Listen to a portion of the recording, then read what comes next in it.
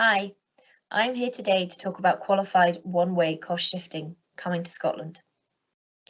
So I'm Kelly Brotherhood, an associate at BLM in Scotland. I have practiced as a solicitor continuously from 16th June 2010, entirely with BLM and its Scottish forerunner HBM Sayers. In fact, I have been with the firm for nearly 20 years, starting as an office junior. Acting for defenders insurers, I deal with a broad range of Scottish personal injury claims, both before and after litigation is issued. The majority of cases that I personally deal with and oversee are motor and casualty claims. I am but one part of the wider and vastly experienced personal injury defender team at BLM in Scotland, which is deep-rooted yet ever-growing expertise across the entire spectrum of personal injury claims and litigation, including, in addition to motor and casualty claims, occupational disease, catastrophic injury, abuse and neglect claims, travel claims, and pet and animal claims. The BLM fraud team, of which I form part, has considerable proven expertise in cases where fraud is suspected. We have, on client request, run numerous cases in which we suspected fraud to evidential trial proof, with a good win rate percentage, a number of which are reported cases. We also have an excellent track record of defending claims to the point at which they are abandoned by the pursuer. We also have proven expertise in arguing and winning arguments on expenses or costs.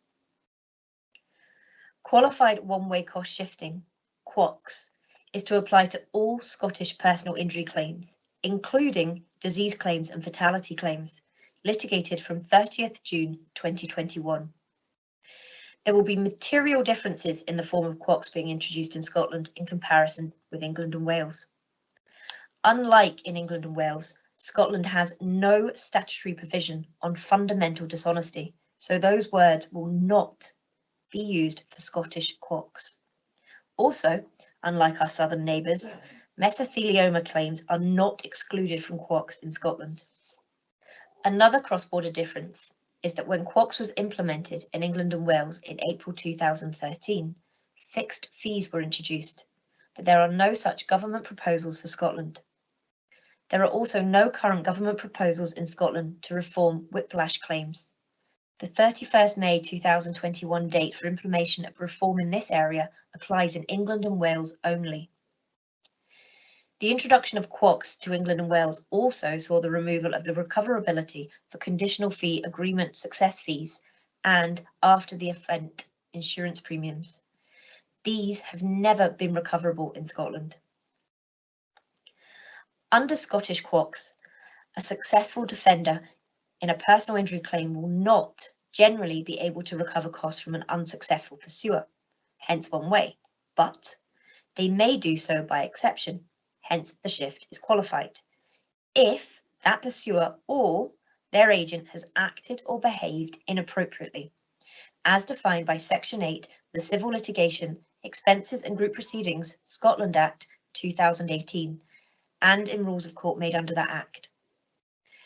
The legislation provides that the pursuer loses QOCS protection where they or their agent, 1, makes a fraudulent representation or otherwise acts fraudulently in connection with the claim or the proceedings, 2, behaves in a manner which is manifestly unreasonable in connection with the claim or the proceedings, or 3, otherwise conducts the proceedings in a manner that the court considers amounts to an abuse of process.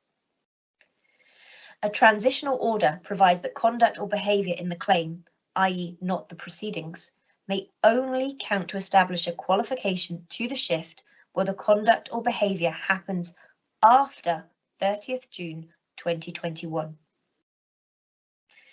The rules of court are, as of yet, unpublished. Publication is anticipated in either the second half of May 2021 or the first half of June 2021. The rules will deal with the interaction of QOCS with tenders, including the potential capping of an award of expenses in favour of a defender with reference to the percentage of damages, the interaction of QOCS with abandonment of a claim by a pursuer, the practical mechanics of applying to the court to establish one or more of the QOCS exceptions. A fraudulent representation is new Scottish statutory language and is not defined in the legislation. Absent a direct equivalent in Scotland to strikeout for statutory fundamental dishonesty, the Scottish judicial approach to issues of honesty and personal injury claims has, traditionally, been generally forgiving of pursuers in questions of damages. But sanctions have been seen in expenses under pre-QOCS judicial discretion. It is, at least in part, unknown how the Scottish judiciary will approach the meaning of a fraudulent representation. Manifestly unreasonable is also not further defined in the legislation. Again, the Scottish judicial approach to this concept in this context remains to be seen. So what are the key questions for defenders at this particular point in time? In what way might a pursuer make a fraudulent representation? And, separately, what does manifestly unreasonable behaviour by a claimant look like? Both of these questions are likely to ultimately be answered by the courts. The proper, legally correct interpretation of a fraudulent representation and manifestly unreasonable will likely be pored over by insurers, lawyers, sheriffs and judges alike in considerable detail in the coming weeks, months and years. Perhaps one person's fraudulent representation is another person's white lie. Will exaggeration of one part of the claim, for example, under the Scottish Services Head of Claim, amount in law to fraudulent representation? Or will the fraudulent representation have to go to the root of the claim? And if so, what is the root of the claim? All I can say is watch this space.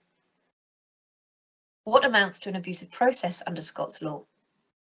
The judgment of Grubb v Finlay in a House Quarter Session 13th April 2018 considers the court's inherent power to summarily dismiss an action on the basis of abuse of process. The court observed in that case that it is neither practical nor desirable to define the situations in which this power may be exercised, but the question of whether a fair trial remains possible is a factor of considerable, although not always determinative, weight. The power is a draconian one, which should be regarded as an option of last resort. What will become of the costs effects of tenders in a Scottish QOCS landscape?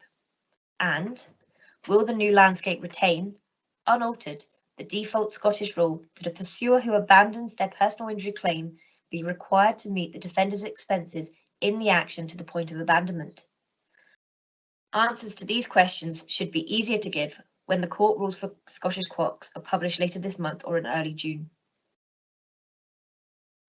The policy aim of QOCS is to increase access to justice, presumably by increasing the number of personal injury claims made and the numbers of such cases taken to court, where the risk of an adverse finding of costs will be significantly less for a claimant than pre-QOCS. By statutory requirement of the QOCS legislation itself, the operation of QOCS in the context of access to justice in Scotland is to be reviewed as soon as practicable after 5th June 2023. So from 30th June 2021, I would suggest evidence is gathered by affected insurers on the volume of personal injury claims under QOCS compared to pre-QOCS, solicitors on the prevalence of successful use of the QOCS exceptions, and affected insurers and their solicitors on differences in pursuers' behaviour under QOCS compared to pre-QOCS. Thank you for listening, and I hope this has been useful. Please feel free to contact me with any questions or to discuss tactics and strategies going forward.